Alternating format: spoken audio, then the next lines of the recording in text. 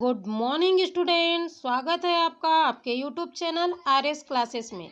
आज हम भक्ति धारा विनय के पद जो कि सूरदास के द्वारा रचित है उसे समझेंगे, साथ ही उससे संबंधित प्रश्नों को देखेंगे। मगर इसके पहले यदि आप मेरे चैनल पर नए हैं तो प्लीज़ इसे सब्सक्राइब कीजिए, ज़्यादा से ज़्यादा लाइक कीजिए, कमेंट्स बॉक्स में जाकर अपने कमेंट्स लिखिए और बेल आइकन की बटन को प्रेस कर दीजिए ताकि मेरे नए वीडियो की जानकारी आपको आसानी से मिलती रहे। तो चलिए समझते हैं आज हम भक्ति धारा से विनय के पद को।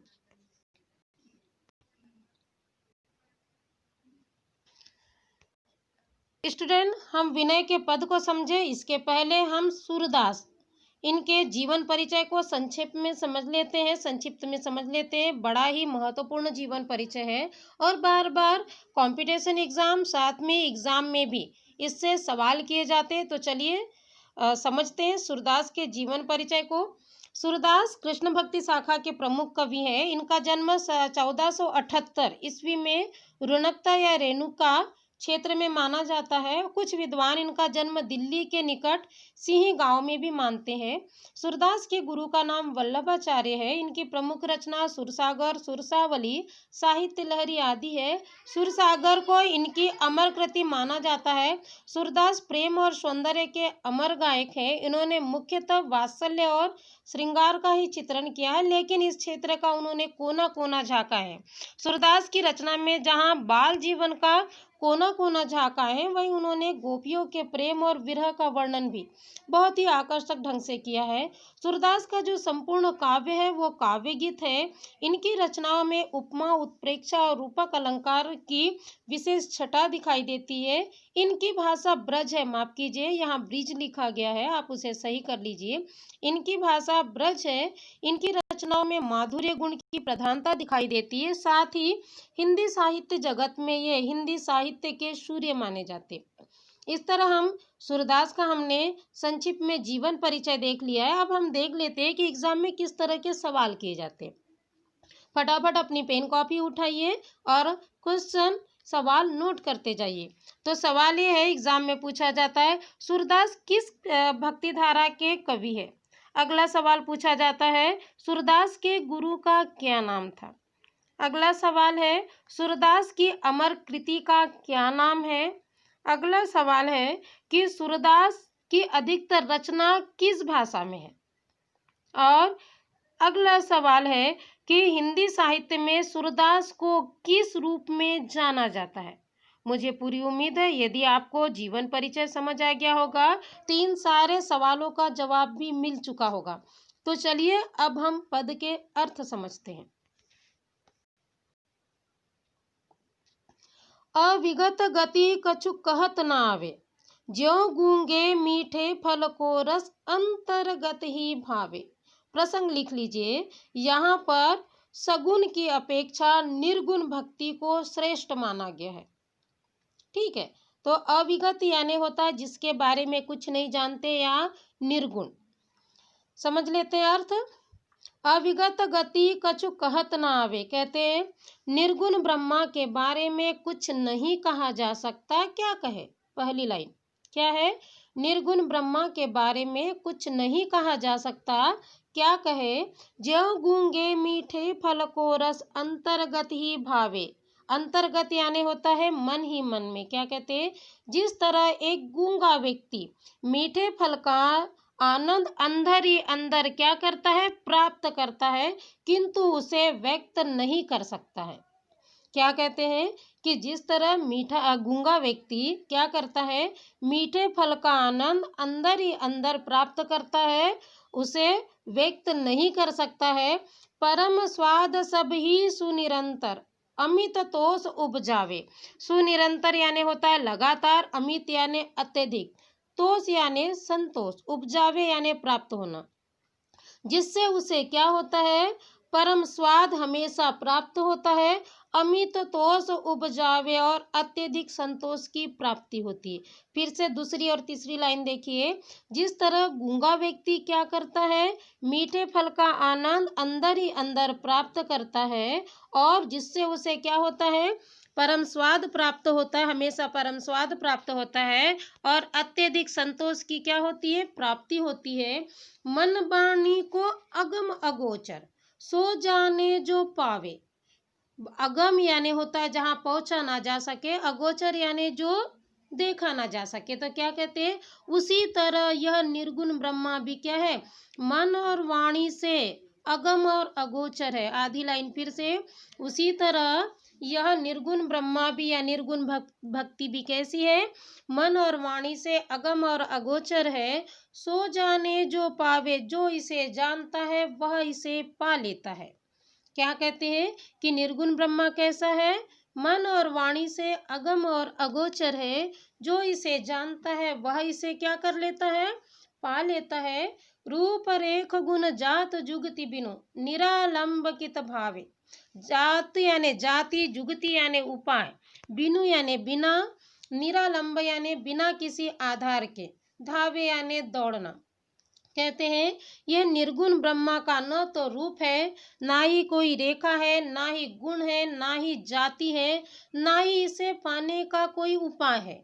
निरालंबकित धावे, तो फिर मेरा मन बिना किसी आधार के कहाँ दौड़े। फिर से देखिए इस लाइन का, क्या कहते हैं, निर्गुण ब्रह्मा का न तो कोई रूप है, ना ही रेखा है, ना ही गुण है, ना ही जाति है, ना ही उसे पाने का कोई उपाय है। तो बिना किसी आधार के मेरा मन कहाँ दौड़े। सब विधि अगम विचार ही ताते, सुर सगुन गुण पद गावे। इसलिए सूरदास जी कहते हैं कि इन सभी विधियों को कठिन जानकर मैं क्या करता हूँ, सगुण श्री कृष्ण के गुणों का बखान करता हूँ। क्या कहते हैं कि इन सभी विधियों को कठिन जानकर मैं क्या करता हूँ, सगुण श्री कृष्ण के पदों का या गुणों का क्या करता हूँ, बखान करता हूँ। विशेष देख लेते हैं क्या है। आपने पिछली कक्षा में रस पढ़ा है, अलंकार पढ़ा है, तो आपको पता है कि जहाँ पर ईश्वर भक्ति की बात होती है वहाँ पर क्या होता है, शांत रस है। रूप रेख गुण जात जुगति, यहाँ पर र का वर्ण का कई बार उपयोग हुआ है, ज वर्ण का उपयोग हुआ है, इसलिए आपको पता है यहाँ कौन सा अलंकार है, बिल्कुल सही, अनुप्रास अलंकार है। हमने जीवन परिचय में पढ़ा है सूरदास की भाषा क्या है, ब्रज भाषा है, माधुर्य गुण है। चलिए अगला पद देखते हैं। हमारे प्रभु अवगुण चित न धरो, समदर्शी है नाम तुम्हारो, सोई पार करो। यहाँ पर प्रसंग लिख लीजिए कि सूरदास ने ईश्वर से अपने अवगुणों पर ध्यान न देकर उद्धार करने की बात कही गई है। क्या किया है, सूरदास ने यहाँ पर ईश्वर से क्या कहा है कि वह उनके अवगुणों पर ध्यान न दे, बल्कि क्या करे, उनका उद्धार करे। चलिए अर्थ समझते। हमारे प्रभु अवगुण चित न धरो, हे प्रभु हमारे या मेरे अवगुणों पर ध्यान मत दीजिए। क्या कहते हैं, हे प्रभु मेरे अवगुणों पर ध्यान मत दीजिए। समदर्शी है नाम तुम्हारो, सोई पार करो। कहते हैं आप तो क्या है, समदर्शी है। समदर्शी यानी सबको समान रूप से देखने वाले। क्या कहते हैं, आप तो समदर्शी है, अर्थात सबको समान रूप से देखते हैं। सोई पार करो, इसलिए आप मेरा उद्धार कर दीजिए। क्या कहते, देखिए लोग ईश्वर को भी किस तरह अपने शब्दों में बांध लेते। भक्त कैसा करता है, ईश्वर को अपने शब्दों में किस तरह बांधता है। क्या कहते हैं कि आप क्या हो, समदर्शी हो, यानी सबको समान रूप से देखते हो, तो आप मेरा क्या कीजिए, उद्धार कर दीजिए। एक लोहा पूजा में राखत, एक घर बधिक परो। उदाहरण देते हुए समझाते हैं। क्या कहते हैं कि एक लोहा तो पूजा घर में होता है, जिसकी सब क्या करते हैं, पूजा करते हैं। एक घर बधिक परो, और एक लोहा किसके घर होता है, बधिक यानी शिकारी। एक लोहा शिकारी के घर होता है, जिससे वो क्या करता है, शिकार करता है। फिर से देखिए क्या कहते हैं कि एक लोहा क्या है, पूजा घर में होता है जिसकी सब पूजा करते हैं, और एक लोहा कहाँ पर होता है? शिकारी के घर पर होता है, जिससे वह क्या करता है? शिकार करता है। सो दुविधा पारस नहीं जानत, कंचन खरत खरो। दुविधा यानी होता है भेद, अंतर। पारस यानी एक पत्थर होता है जिसके स्पर्श मात्र से लोहा किस में हो जाता है? सोने में परिवर्तित हो जाता है। कंचन सोने का पर्यायवाची है। फिर से देखिए, सो दुविधा पारस नहीं जानत, कंचन करत खरो। कहते हैं कि वो दोनों लोहे में जो पारस है वो अंतर नहीं करता है, और उसे क्या करता है? शुद्ध सोने में बदल देता है। क्या कहते हैं? उन दोनों लोहे में पारस अंतर नहीं करता है, और क्या करता है? उसे शुद्ध सोने में बदल देता है। इक नदिया इक नार कहावत, मैलो नीर भरो।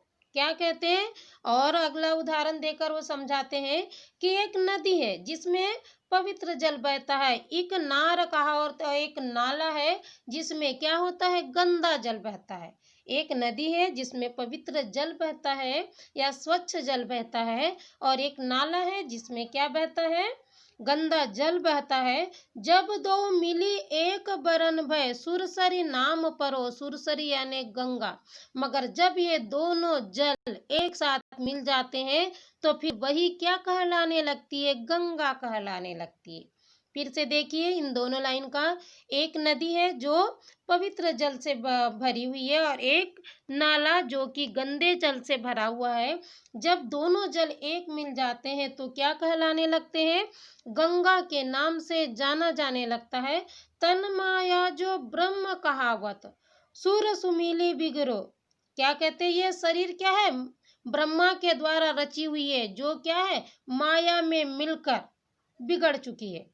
सूरदास जी क्या कहते हैं कि ये शरीर तो जो ब्रह्मा के द्वारा रचा हुआ है वह माया में मिलकर क्या हो चुका है? संसार की माया में मिलकर बिगड़ चुका है।